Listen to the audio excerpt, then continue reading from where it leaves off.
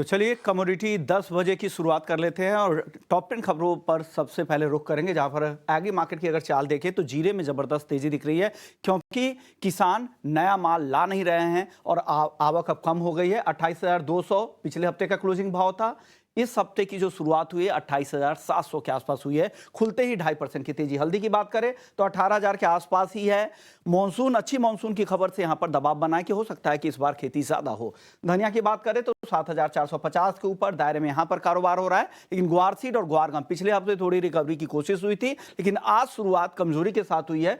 5500 के नीचे ग्वार सीड आ गया है। ग्वार गम का वायदा 10,700 रुपए के आसपास कारोबार कर रहा है। अब बात सनफ्लावर की करते हैं। सनफ्लावर में हालांकि दायरे में ही कारोबार हो रहा है और कैस्टर 5700 रुपए के आसपास यहां पर भी सीमित दायरे में, दोनों ही काउंटर में क्रूड सनफ्लावर ऑयल और कैस्टर दोनों में ही सीमित दायरे में कारोबार हो रहा है। अब बात करते हैं कपास खली की, जहां पर पिछले हफ्ते भी अच्छी तेजी दिखी, 2700 के ऊपर जा चुका है।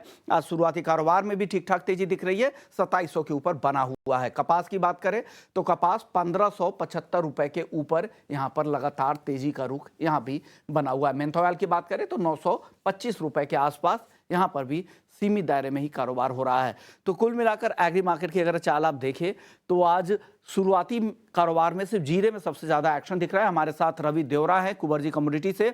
रवि जी, सबसे पहले जीरे पर ही बताइए, जबरदस्त तेजी का रुख दिख रहा है, क्या लग रहा है ये तेजी कब तक टिकाऊ आपको दिख रही है और आगे भी ये मोमेंटम बरकरार रहेगा क्या?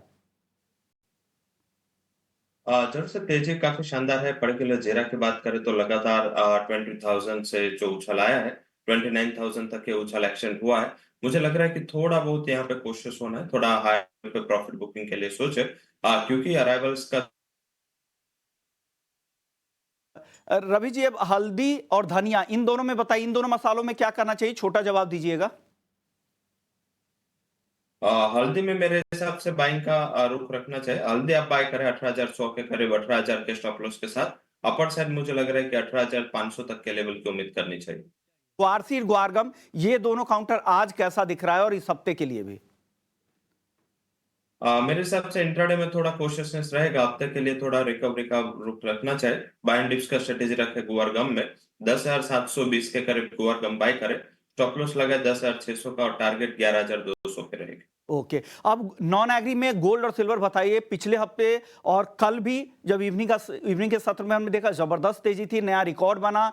74,400 के ऊपर सोना चला गया, 95,000 के ऊपर चांदी चली गई। क्या लग रहा है आज काफी तेज गिरावट दोनों में दिख रही है, मुनाफा वसूली दिख रही है। अब क्या करना चाहिए, आज की गिरावट में क्या करें इन दोनों काउंटर में?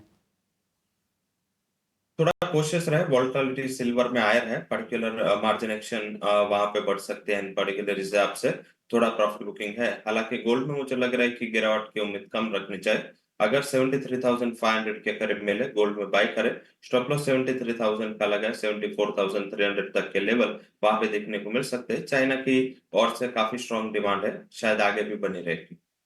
कॉपर की बात करते हैं रवि जी। कॉपर में जिस तरह की रैली चल रही है, पिछले हफ्ते कॉमेक्स पे, फिर कल हमने एलएमई पर भी नया रिकॉर्ड बनते देखा। क्या हो रहा है कॉपर में और आगे क्या होगा?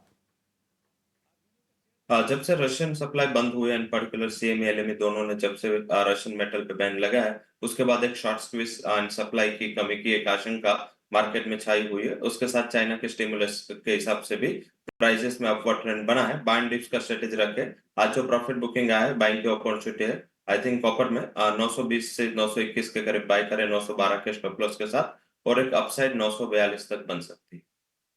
शुक्रिया रवि जी, फटाफट से आपने एग्री और नॉन एग्री मार्केट का पूरा आउटलुक रहा।